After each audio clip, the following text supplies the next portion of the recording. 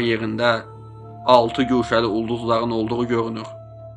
6 güşəli ulduz bugün İsrail bayrağında da olan və masonluğun ən böyük simvollarından biridir. Yenə bu səhnədə həkimin arvadının yanına gələn bir adam özünü tanıdır və Macar olduğunu deyir. Kubrick kimi bir rejissorun bu adama niyə xüsusilə Macar olduğunu dedirtməsi üzərində düşündükdə, satanizm təriqətinin qurucusu Anton Sador'un da Macar olduğunu görürük. Bu səhnədə özünü Macar kimi təqdim edən adamın adı da olduqca maraqlıdır.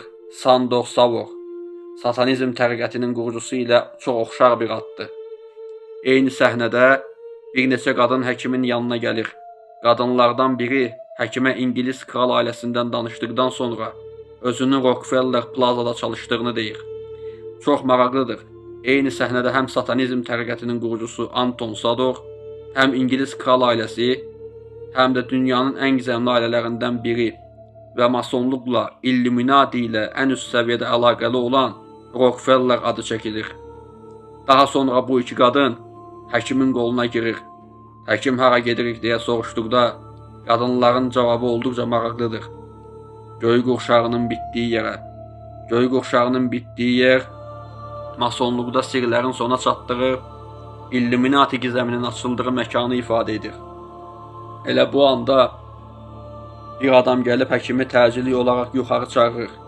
Çünki bir qadın həddindən artıq doza da narkotik qəbul etdiyinə görə ölmək üzrədir. Təəccüblü olan isə qadının duruşunun yuxarıdakı tablo ilə eyni pozisiyada olmasıdır.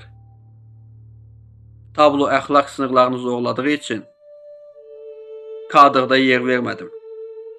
Bu səhnədən bir müddət sonra həkim piyanoçu olan bir dostunun çaldığı kafeyə əylənməyə gedir. Piyanoçu dostu həkimə buradan sonra başqa bir yerdə piyano çalacağını, amma haraya gedəcəyini bilmədiyini deyir. Çünki piyano çalarkən gözlərinin bağlandığını da əlavə edir. Həkim maraqlanıb özü də ora necə gedə biləcəyini soruşur. Piyanoçu dostu isə ona girişində şifrəsi olan, şəhərdən kənarda yerləşən böyük bir evdən bəhs edir.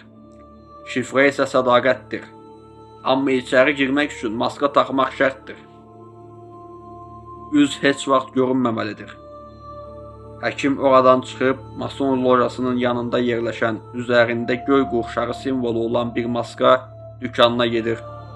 Geyimini alıb şəhərdən kənardakı bu böyük evə çatır.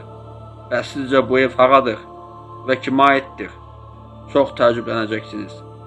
Dünyanın ən zəngin və